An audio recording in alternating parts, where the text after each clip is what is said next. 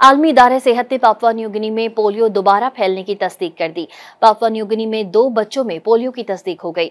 आलमी खबररसा इदारे AFP की रिपोर्ट के मुताबिक पापुआ न्यू गिनी में आलमी इदारे सेहत ने पोलियो फैलने की तस्दीक की।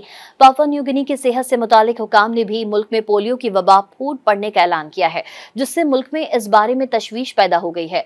पापुआ न्यू गिनी को आलमी इदारे सेहत ने 2000 में पोलियो से पाक करार दे दिया था, लेकिन मुल्क में बच्चों के हिफाजती टीकों की शरह 50% से भी कम थी। आलमी इदारे सेहत ने बताया कि polio virus Papua New Guinea के दारुल हुकूमत पोर्ट मोर्सबी और दूसरे सबसे बड़े शहर लाई में गंदे पानी और माहौलियाती नमूनों में पाया गया है। पापुआ न्यू गिनी में आलमी इदारे सेहत की नुमाइंदा सिविल हसीनवा के मुताबिक जांच के दौरान लाई में 2 बच्चों में टाइप 2 पोलियो वायरस पाया गया।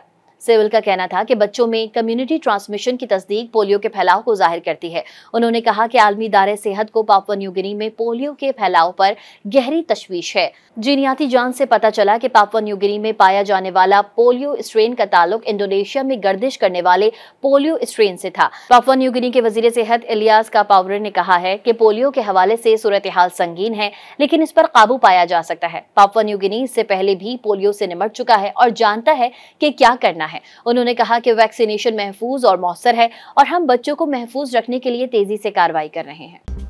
मज़ीद न्यूज़ अपडेट्स और डिजिटल स्टोरीज के लिए सब्सक्राइब करें डॉन न्यूज़ पाकिस्तान।